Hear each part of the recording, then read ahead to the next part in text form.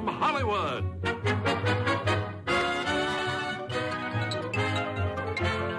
The Jack Benny Program. With Jack's special guest, Raymond Burr.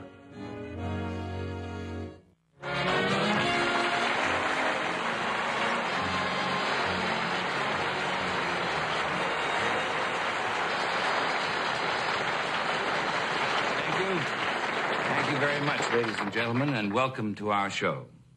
Now, before we go on with the program, I have a rather unusual anecdote I'd like to convey to you. I feel it has various humorous overtones which you will appreciate. Wait, hold it, Raymond, hold it. Just 1 second. Please, hold it.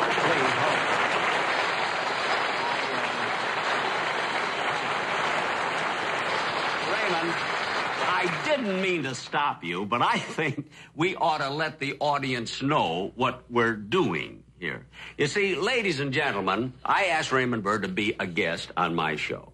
And he told me that for years he's wanted to be a comedian.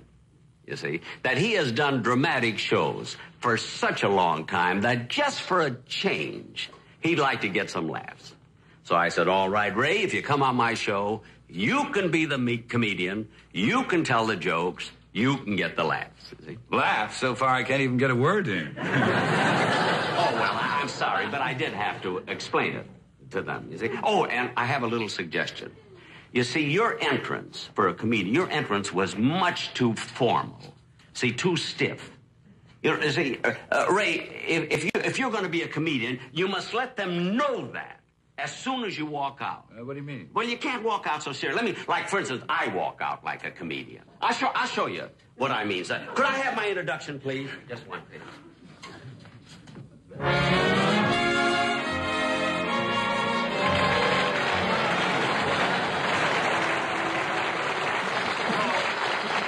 Now, I don't always do that skip. You see what I mean? That just in case I sense a tough audience. I think I get your point, Jack. You want me to make an entrance to prepare the audience for the lighter type of entertainment? Yes, if you want to be a comedian. Now go out and try it. You just try it yourself. Now, ladies and gentlemen, it gives me great pleasure to present television's newest comedian, Raymond Burr.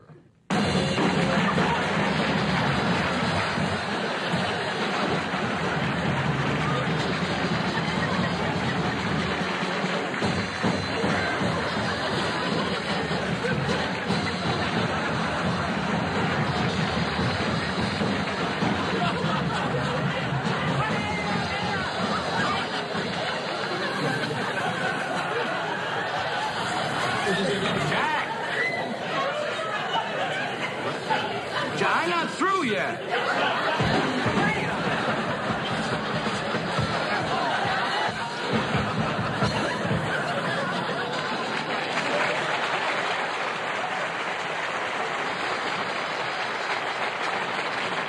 that what you had in mind? What'd you say? Is that what you had in mind? Well, let me put it this way. After that entrance, they won't expect the Gettysburg Address.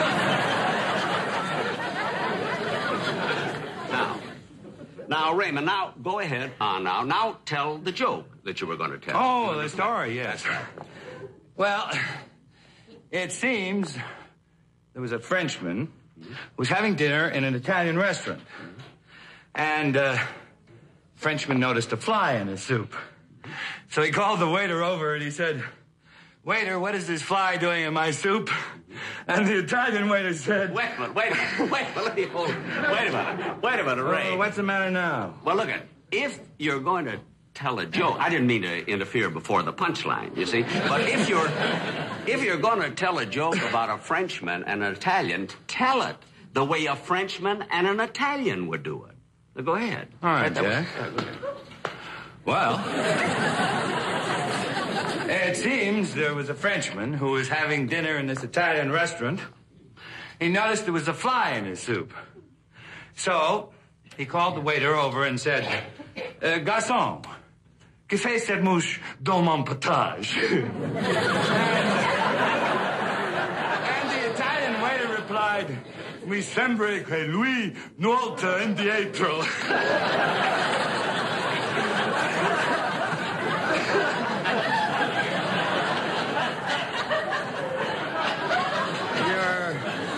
You're not laughing, Jack. Didn't you get the joke? What's that? I said, you're not laughing. Didn't you get the joke? No, but I'll bet it's killing him at the United Nations.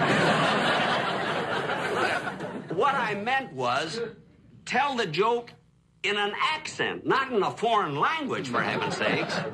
Let's forget the joke and the monologue, Jack, and let's get on with the show. What's next? Well, here, if you're going to be the star, the comedian, here's where you introduce Dennis Day. You see, but I'm warning you, right now, this kid is the most stupid kid you've ever seen in your life. I mean, he does the silly... He'll drive you nuts. Dennis will? Yeah. Look, in 25 years, he hasn't said one intelligent thing. Really. Well, thanks for warning me. Go ahead. You introduce it. All right, ladies and gentlemen, at this time, it gives me great pleasure to introduce one of the most popular personalities in television, Mr. Dennis Day.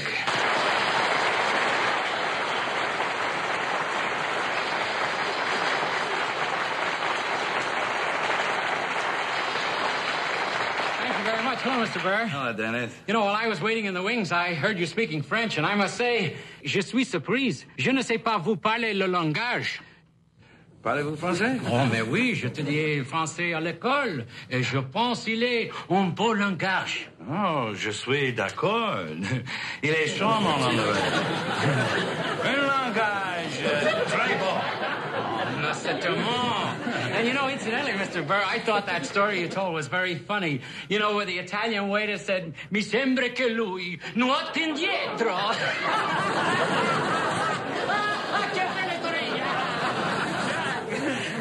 He speaks Italian, too. I know he speaks Italian, French. That's wonderful, yeah. Only, you know, when I first heard that story, it was a German who saw the fly in a soup, and he said, Dumm Kopf, was ist los mit uns? Soll aber Spalze gegen Hund ausspinnen von der Fliege und das Soup? Gestellt mir.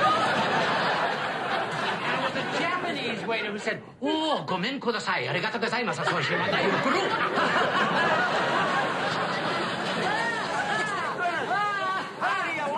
Not only French and Italian, he speaks Japanese and German. Yankel, was tut it gehört? Schmendrick. Jack, that's all I ever hear you say. Cut that out. Cut that out. It sounds so stupid. In 25 years, he's never said one intelligent thing.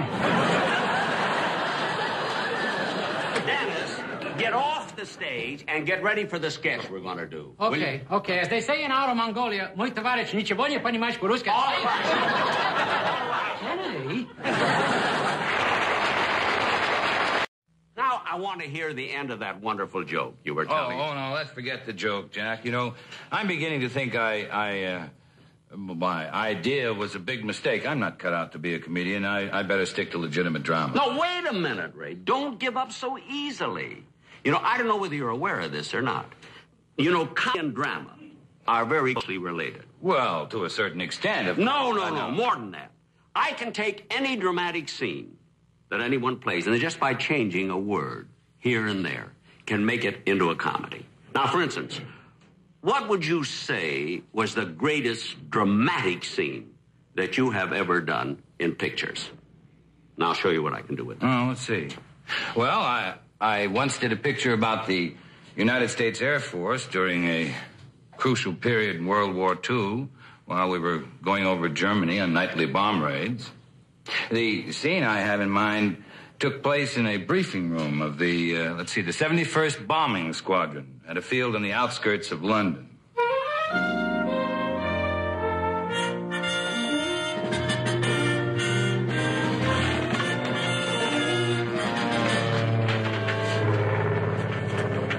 Major Morrison. Yes? General Sneed is here. Attention!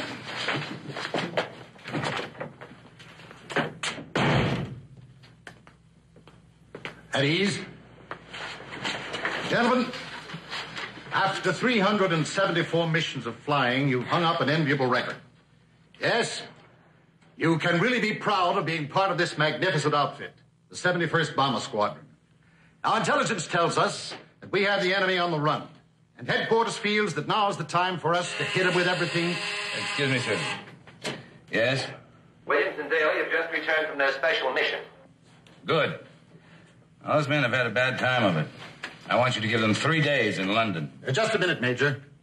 We need every available pilot we can get our hands on. But, sir... Send them in. Sir, Williams and Send Daly... them in, I say. Yes, sir. Send Williams and Daly in.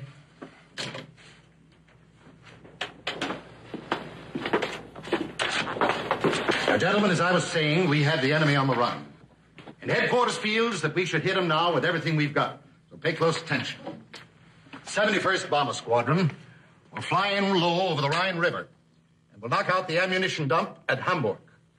Then, when they expect us to go to Berlin, we're going to double back and hit our real objectives. The railroad stations at Düsseldorf, Stuttgart, and Mainz. Major Larson, I want your men on the line at 0800. Yes, sir. Now, before we leave, are there any questions? No question, sir, but I don't think William should fly. He's wounded.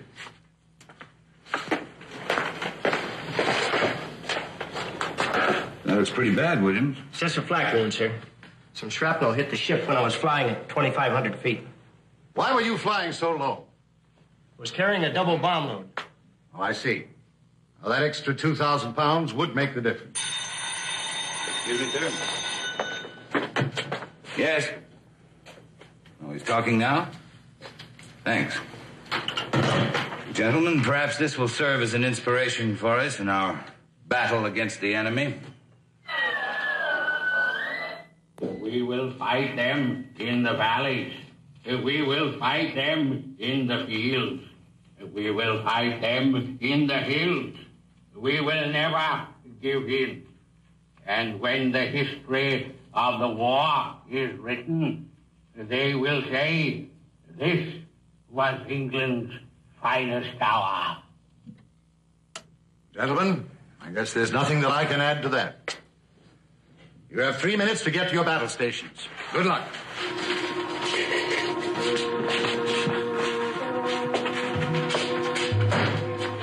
General, what you have just done is your own responsibility. I want no part of it. What are you talking about, Major? I couldn't say anything in front of the men. They've been on mission after mission without any rest. You don't realize what they're going through. I don't realize what they're going through? Perhaps you forget that I was a pilot, too, in the First World War. We didn't have these fancy planes and this fancy equipment. We flew old crates that were held together with baling wire. We flew alone. You were your own rear gunner with a pistol in your hand. I'm not talking about machines. I'm talking about men. You know what these are? These are McHenry's clothes. I'm the one who's going to have to write his parents and tell them that their son isn't coming back. Major, get a hold of yourself. You're cracking up. Why wouldn't I crack up seeing those men out there? My men. My men that you're sending up time after time, day after day, just to make a record for you, a record you wear in your chest. Well, you go ahead and keep your decorations. I don't want mine. I'm ashamed to wear them. Salerno, Sicily, Anzio. Major, calm yourself. Calm myself. We're human beings. We're not machines. Now, those are my men out there. All of them. And look at McHenry. All the others. Gone. Gone. I am high, fly with the U.S. Air Force. Man your planes, give them the gun. Spread your wings, raise a golden eagle. Flying high into the sun. Fly high, fly with the U.S. Air Force. Man your planes, give them the gun. A very stirring scene. But now, as I told you before, I can take this same dramatic scene to show you how closely related drama and comedy is. I can take this same scene, and by just changing a word here and there, make it into a comedy. Now, the only difference, the locale will be, instead of in England, it will be in a base in California. And it opens exactly the way your scene opens.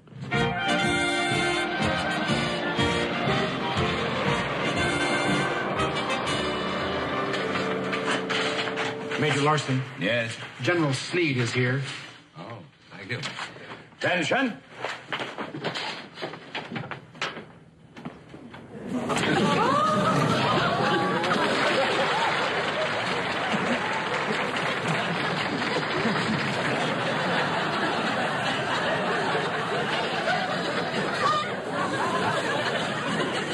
Hey. Men, after 375 missions of flying, you have hung up an enviable record. You should be proud to be a part of this magnificent outfit, the 71st Crop Dusting Squadron.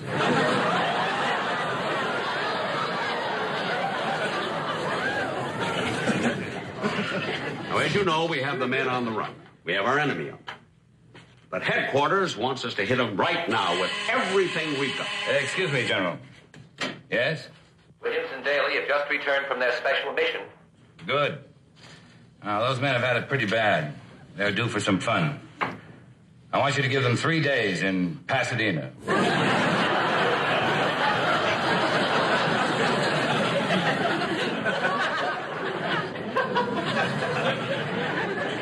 Did you hear that? Just a minute, Major.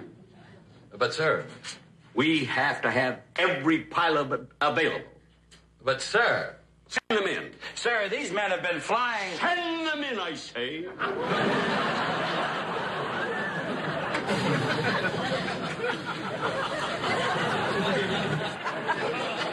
Yes, sir. Send Williams and Daly in. Yes, sir.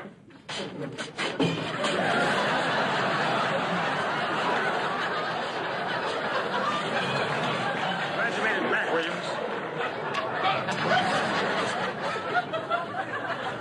Now, men.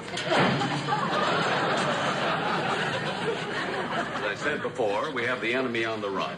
But right now, we have to hit them with everything we've got. So pay attention. Now, right here, we will fly low over the Los Angeles River. Then we'll head north, knocking out the boll weevils at Bakersfield. Then, when they think we're going to get the sow bugs in Sacramento, see, we will drop down and hit our main targets, the aphids, at Anaheim, Azusa, and Cucamonga.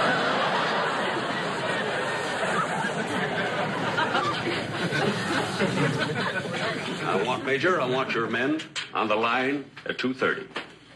It's exactly 2 o'clock. We'll synchronize our watches. 2 o'clock. 2 o'clock. 2 o'clock. 8:30.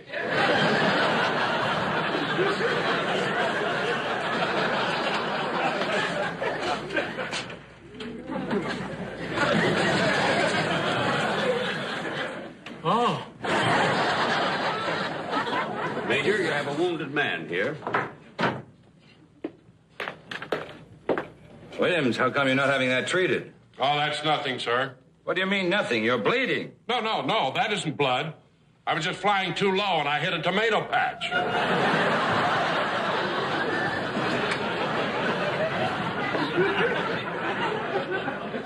A tomato patch? At what altitude were you flying? 12 feet, sir. Why were you flying so low? After he eats his lunch, he's lucky if he can get his plane off the ground.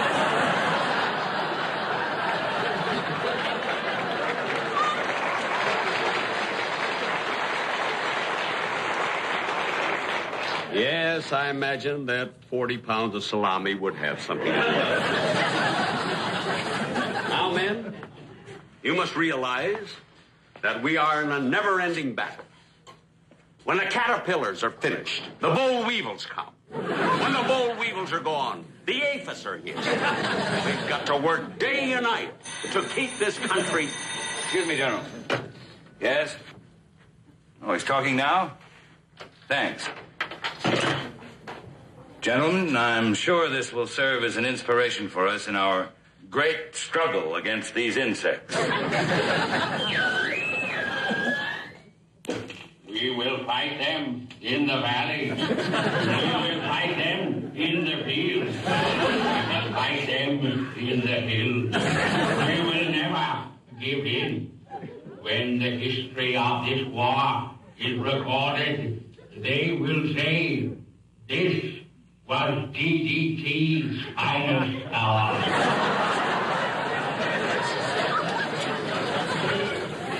Pilots of the 71st Crop Dusting Squadron report to their planes immediately. Men, on your way to the planes, you may pick up your paychecks. Never have so many done so much for so little.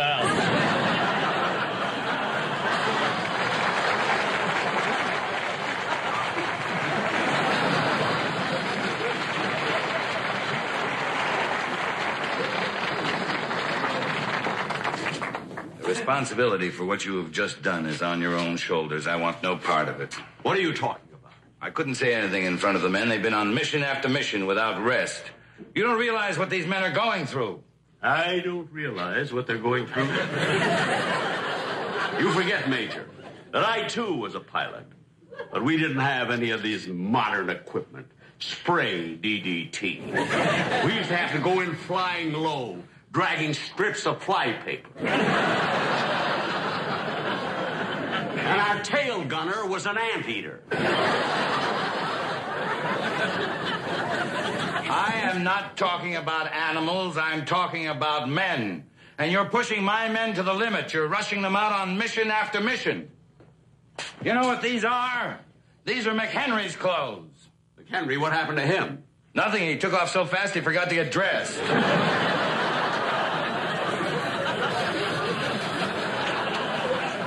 And let me tell you something. It's all your fault. The responsibility is on your shoulders. You're inhuman. You've got a flit gun for a heart. Major, take hold of yourself. You're cracking up. Around here, you don't crack up, you go buggy. Major, control yourself. Let me tell you something. I am sick and tired of sending my men out time after time just so you can be a big man with the Farm Bureau. Major, control yourself. You and all your decorations. Stockton, Anaheim, Major, Bakersfield, control yourself. Cucamonga.